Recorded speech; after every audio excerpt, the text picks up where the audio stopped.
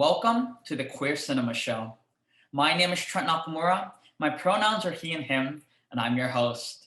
After today's episode, please be sure to introduce yourself in the comments below.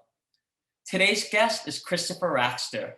Christopher has over 20 years of experience in the film and entertainment industry as a producer, advocate, and mentor. He was the former executive director of Outfest and is a patron of the Iris Prize Festival in Wales. Christopher's steadfast commitment to inclusion and empowering young storytellers is the reason why I am here today. I'm excited to have him on the show. Hello, Christopher. Welcome to the first episode of the Queer Cinema Show. Woo! Hey, Trent. Thank you very much for having me. Let's just jump right into it. What was the thing that said queer film and making films is my calling and what I need to do? In my 20s, I was totally struggling with coming out. I didn't think I could ever come out. And this is back when you watched movies either in a theater or on VHS. So I'll cop to that. So, I was finding solace in queer film that I was getting from the rental store. It wasn't even a Blockbuster. I was so closeted and so afraid. I would get on my bike and go one town over to the video store just so that nobody saw me taking out the queer tape. That's where I finally saw myself. That was my escape. That's where gay could be good. And there was a film Morris, and in that I identified with the lead character. And in the end, they made a really courageous choice to be willing to walk away from everything for the possibility of love. And that was just such a powerful moment for me, and a reflection of the courage I needed. And I came out shortly thereafter. And it really was that film in that moment. And it cemented for me the power of seeing yourself represented, the power that film can have to give you courage, give you hope, validate your existence and the issues or problems or trauma you face. And it was at that moment I really wanted to tell stories, and particularly queer stories. So when I did eventually start making film, I'd already made up my mind that that was the only type of storytelling I wanted to do, was to tell our stories. With that representation and seeing yourself on screen for that first time, did that lead to film school? Did that lead to, what was the first step after that? The first step after that was to get to LA, but I was really scared. I was really scared to fail. It meant a lot to me, and I was scared to fail, and I was sort of lost for a little while. Long story, we'll get into that in some other therapy session we can tape. But it took me a while to get around to making film, and I did not go to film school. I was an event producer and produced large-scale special events. And I really started talking to my friends about the fact that I wanted to get into the industry. I wanted to try and make a film. And a good friend of mine, Eric Rutherford, said, listen, my friend Trish has got this great, hilarious script. She's trying to put it together. I think you guys would love each other. And Eric introduced me to his friend Trish Doolin and her girlfriend at the time, Honey Labrador, and they had a fun women's script. And I didn't know what the hell I was doing, but I said, listen, I would love to help you with this. And I sort of leapt in with both feet. And I understood the idea of production and building teams and building creative teams, which really is the same sort of idea as a film. However, judging a script and the roles and the duties, I didn't have a clue. So I just figured it out as I went along. And I think that the big learning lesson from that is, don't let not going to film school stop you from telling the story you want to tell, especially because it is easier than ever to make something.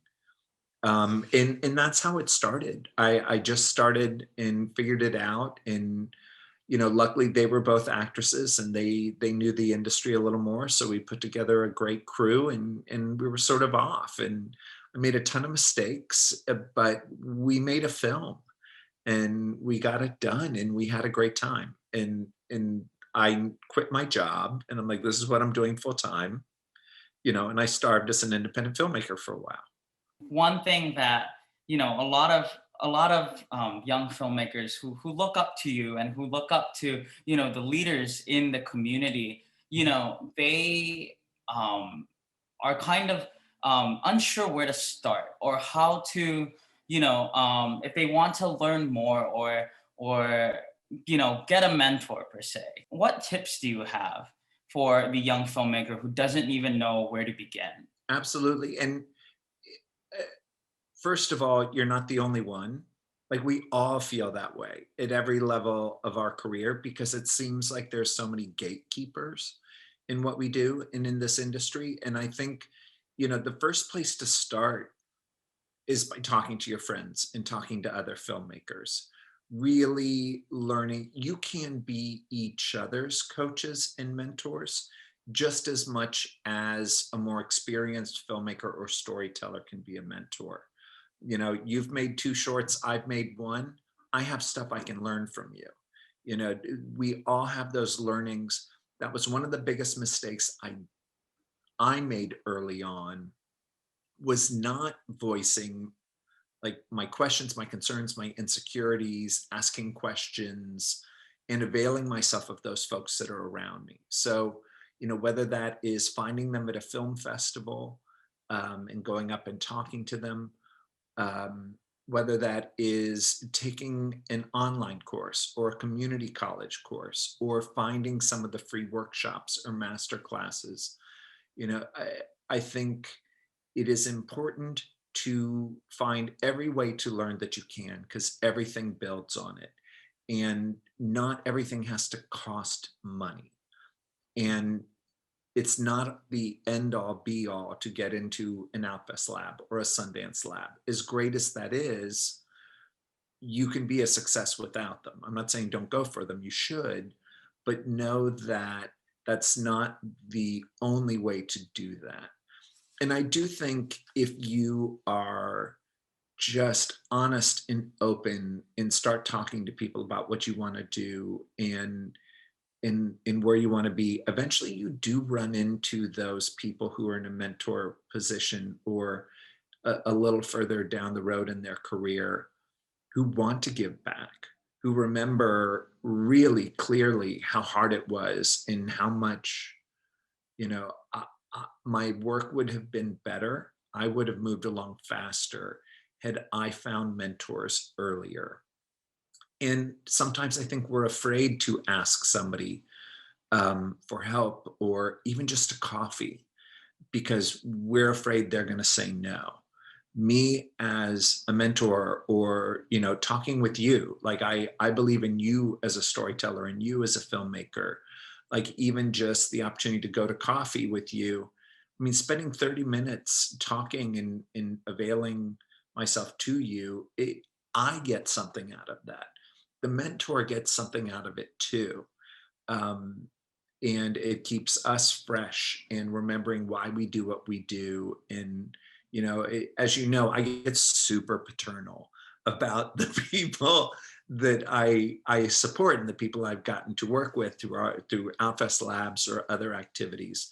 So it really is walking through that fear of asking somebody, even just saying, hey, can I talk to you for 5 minutes? And start with that, whether you're grabbing them at a festival or you're in a situation where, hey, could I give you a phone call and just take 20 minutes? Build that. I was so afraid to hear the word no that it sort of stopped me from doing that. No's a two-letter word, and it doesn't mean they don't want to help you. It's not a reflection of your value or your project. And it's like, okay, I get it. You're busy. Thank you. Could I follow up later? Or it's next and you move on. I think finding that mentor and finding those opportunities is about tenacity as well. And tenacity's just fundamental to surviving and succeeding in the entertainment industry.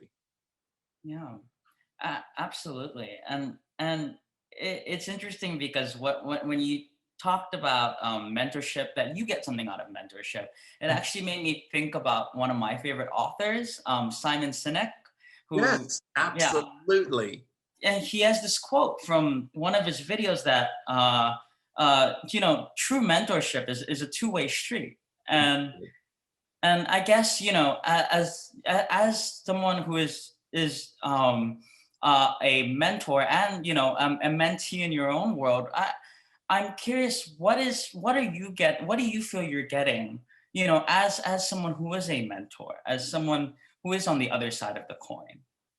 It, it is what keeps me going. Um, Honestly, and I know that sounds kind of trite, um, but especially when a really specific example is Outfest, which is, it is a great organization and a huge organization, and everybody on the team, everybody is working twice as hard as they probably should, because you never have enough money and you never have enough time and enough people to do what we're trying to do. So it's hard, and you can really feel like you're butting up against a wall.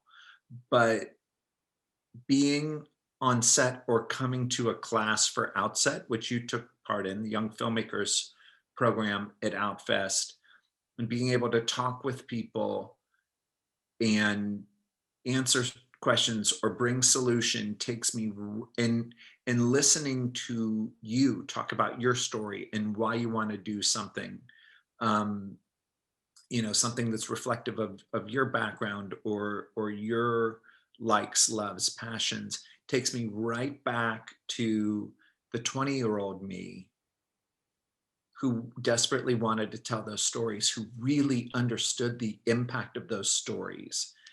And then it takes me to my first film and how I felt when that was coming together, in the idea that I can help foster that feeling in someone else is so gratifying, but also really nourishing. I would come out of that feeling totally energized, remembering why I do what I do, which would allow me to focus my energy into, some of the parts of Outfest that I hate, like raising money. Um, but then going back and realizing this is why we do it. This is why we invest in our storytellers. This is why making sure that we have accurate, nuanced, specific queer stories is so important. In that it's energizing. And sometimes when, the real world and the job really beats you down, those moments are amazing. And I come out refreshed, and I learn stuff. I don't know all the answers. And some of the thoughts, some of the scripts, some of the solutions that I see others coming up with just astound me. I'm like, wow, I like, you are much smarter. You are more clever than me. Um, and it's fun. Yeah. So it's all those things. And I know it sounds a little hokey, but I'm a little hokey, but it's true. Outside of the professional world, we need to take care of ourselves too, and what that looks like for, any artist or any nonprofit professional or anyone trying to build a career. It's a really difficult thing to do, and I'm curious, especially having been a leader that has to be on, that has to be ready to, not only be present for yourself, but be present for the community around you. Right. What does that look like for you in order to self-care and in order to balance both, showing up, but also knowing that Christopher is, healthy and ready to go, you Yeah. know? It's the whole oxygen mask thing. Like if you don't put your own oxygen mask on, you've got nothing left, and Yeah. put on before you put it on your kids. I have to say, honestly, it's a lesson I'm still learning, and I'm still not always great at, mostly because it took me a while to figure out what I really needed, and how to go about it in a healthy way. I think a lot of people in the entertainment industry, a lot of creatives in general, tend to throw themselves into something and we come at it with passion and energy, and we are just pumping that energy out. Or, you look at the way our productions in the US are geared, for 16-hour days with a 8-hour turnaround and another 16-hour day. Those are impossibly taxing situations, but it's also what drives and excites us. So, what I've really learned is to look at sort of that 360. Um, Going back to like Simon Sinek, if any of you are out there watching it, Google Simon. I think anybody who wants to have a leadership position, producer, director, AD, line producer, whatever, or actually just in life, he's got great advice and great thoughts around how to be a good leader and how to be a worker among workers as a leader. So, side note. Um, but I'm a socialized introvert. I actually, would rather it just be me and Trent at dinner talking. You put me in a huge room full of people and I have to be on and sort of holding the space. And that takes everything out of me. So for me, it came down to what's my personal space like? I mean, literally the basics. What's my personal space like? Do I like to come home to where I come home to? What's the view out my window? Do I have a view out my window? Is there enough light coming in? Because, when I crash, I just want to crash in my own space. Is my space nurturing? Doesn't mean it has to be huge. This looks nice back there, but this isn't a big room. Like it just has to feel right and you want to spend time in it. Are you actually getting enough sleep? Like, this, I'm famous for ghosting at an event or a festival. Like, I will go all day long, and then it's that last screening and last party of the day. I wait till people are 2 drinks in, and then I'm out. So, like 10 p.m. and everyone's 2 drinks in, they don't know I wasn't there the whole night. They're Mhm. like already cocktailed. So I know that I do better by putting that rest aside, especially during a production or during a festival, so that I can show up and maintain my responsibility to Mhm. everybody else. So I know I need 8 hours sleep. So I literally gear my life, especially in those times, around 8 hours sleep.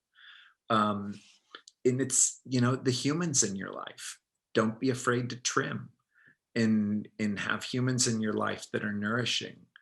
Um, you know, Little indulgences are good. A lot of stuff, mentors are incredible, and other colleagues that you have a safe space with. So you can shut the door and cry, like, or scream. Yeah. I was fortunate enough to be a part of it, a group of executive directors of queer organizations. And we met at 8 a.m.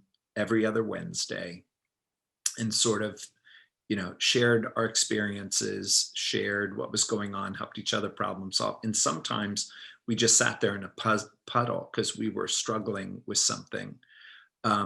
In having those like-minded people that you could be honest and honestly share with and get Mhm. vulnerable with, um, is irreplaceable, because when you're in a leadership position, it can feel very lonely because you can't necessarily let everybody know everything that's going on, or at least you feel you can't.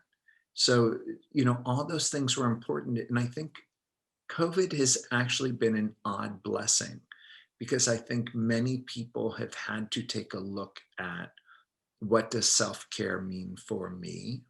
Mhm. And I talk a lot to my friends and say, okay, what are the blessings out of COVID that you want to maintain when we start to get back into a normal life? Is it a morning routine that means a lot to you that you want to preserve? Is it Sundays totally to yourself? Is it whatever? Um, but it's a practice. And I don't think any of us are always good at self care, but it is a practice. And it's the only way not to burn out. And it's the only way not to turn into an aggro monster or, run away from home, all of which I've done. Well, your secret is now out there. Now out there. I would say that you kind of grew up in an age where queer cinema was becoming more mainstream, where it kind of found its audiences beyond just within the community. And we're in 2020 now. Where do you see in the next 20 years, what's next for queer cinema? I am a huge fan of film, but I'm also a huge fan of episodic. What I am happiest about is seeing some of the streamers who are doing a really good job or trying to do better about including queer characters, assuring that there are queer folks behind the camera, in the writer's room, shaping these stories and these characters. And the streamers have an opportunity to penetrate audiences further and deeper here in the US, internationally. So I'm thrilled and want to see more happen there that I think will bring queer stories to people that haven't seen them Mhm. in areas that otherwise didn't have access, that are much more nuanced and representing more and more folks that have not been seen or heard from. I did come up as a filmmaker at a time where sort of it was a queer bloom. There was new queer cinema in the 80s, and then in the 90s and 2000s, it really suddenly we had Logo, and there was another queer channel here, TV, and we were, every one of my films got a theatrical debut, like A Miracle. Um, but it was also guided by predominantly white gay men. Mhm. Uh, it was a miracle to get a woman's film made, much less making something about or for people of color or for trans folks. Eh, so it's been incredible to see that shift. But what I want to see are more things like Pony Boy. River Gallo is a filmmaker and storyteller I really believe in. In Pony Boy really sort of addresses the sort of two-spirited, intersex, fascinating, artistic, personal journey, something we have not seen Mhm. depicted from the perspective of that person, not a white gay male writing that story or somebody else writing that story. So the fact that we have folks having the opportunity to celebrate such specific and interesting and nuanced and new stories in an authentic way, that excites me, and we're going to see a lot more. And that's why I'm a huge believer in the short form.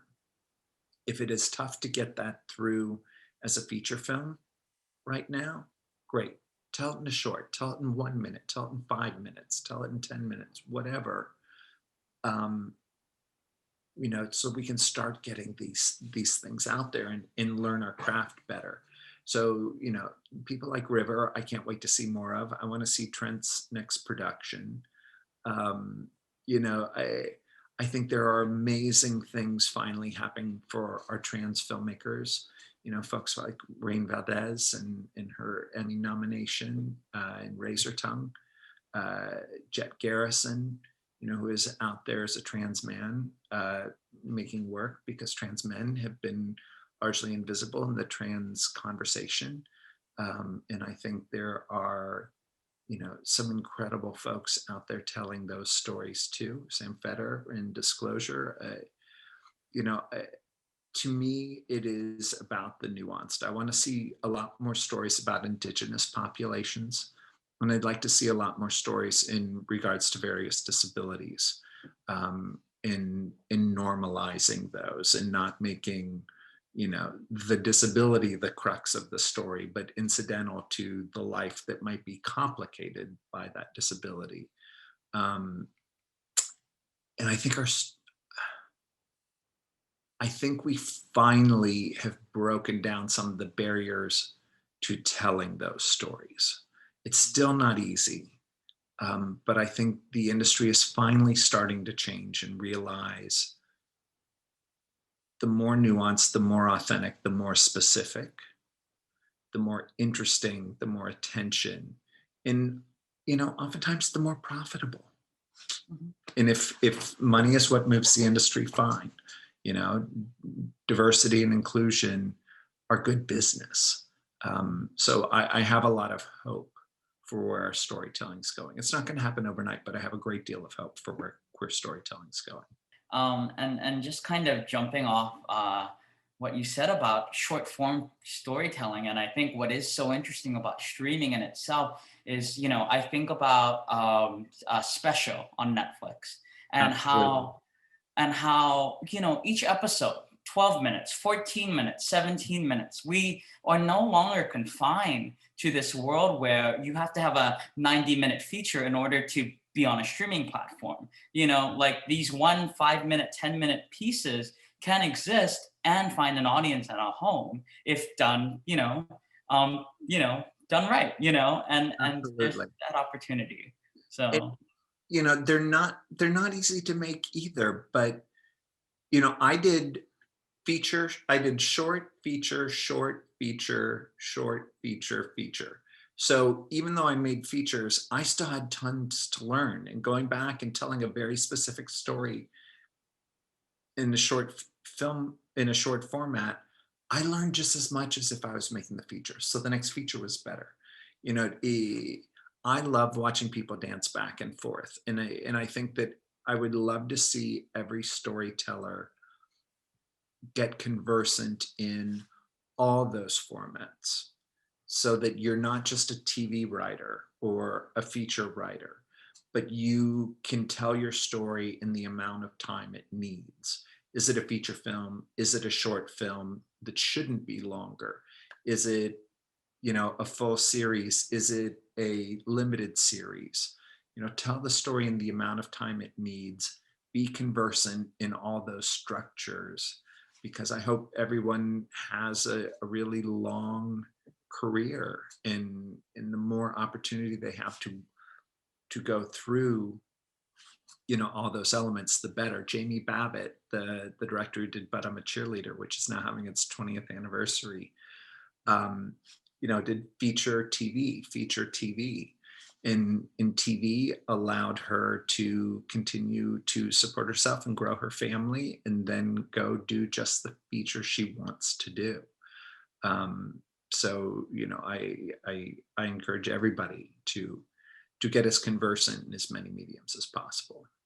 let's switch gears for Mhm. a bit, and I want to talk a little bit, especially, I imagine that the audience for this is going to be a lot of young American based filmmakers, and but we live in a global world now. 2020, it's a everything is moving to digital. We've never been so digitized in our lives. I wanted to ask you if you could share a little bit about the Iris Prize Festival and what your work is there. Yeah. Thank you. Well, I'm incredibly proud, and I appreciate you giving me the opportunity to sort of uh, toot the horn for Iris. So Iris is festival in Cardiff, Wales, which is my second home. A gentleman named Berwyn Rowlands began it. Oh my God, are we in our 14th year or wow? We've been going for a good long time, and it is focused on short films. So the whole concept is that short filmmakers from all around the world submit their films, and it's democratized too, in that member festivals, and there are dozens of member festivals around the globe, from Mumbai to LA, from London to South America. They each get to pick a film, their favorite film, that automatically gets qualified for the Iris Prize. And what I like about that is it gets rid of a little bit of regional bias, Mm, because it is sort of impossible as me as a white gay male born in the US not to look at programming with bias from that perspective, no matter how much I try to get rid of it. So that assures that something really relevant and important to that local culture and region mhm. gets attention. And it might be something that I wouldn't have picked. So I think that's a really specific and important alchemy to Iris, to make sure it really is a global representation and takes away a little of that bias, which is problematic sometimes. And I still think Iris would do a brilliant job programming without that. These films compete, and the winner of the Iris Prize gets brought back to make their next short film. And we play studio. So literally, all you have to do is write and direct your new film. You don't have to worry about fundraising. We bring in the casting director to help you cast. We bring in the crew to help support you. We help find the locations. We pay for everything. You just get to be the creative, and get pretty free reign with the content you're making, as long as you're telling another queer story. Um, Mhm. how often do we get that opportunity to not have to worry about those other elements? Almost never, until we're working for a studio or on a TV series.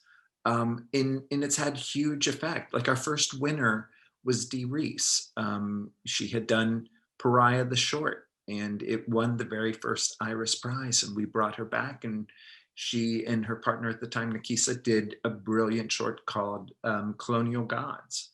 Uh, and then they used both of those to find money for Pariah the feature. And now, Dee is Dee, uh, having directed all these brilliant, amazing films.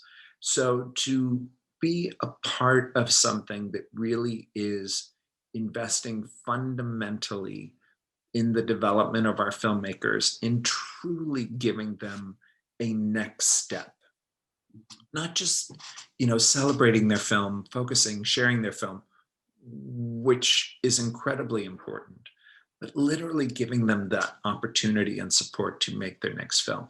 That's incredibly fulfilling. And we've had winners from around the world, who have just gone on to do great work, and I couldn't be more proud of the work that we do there. It's now time for my favorite section of our show, which is the Creator Spotlight. And you will, for this section, you can choose up to two creatives that you want to spotlight for the world to check out. And yeah, the floor is yours. Okay. Uh, One of my favorites, and he knows he's my favorite, and I really believe in him, is Andrew On. And you should be able to find Spa Night, uh, award-winning feature. He won the Cassavetes Award at the Spirit Awards.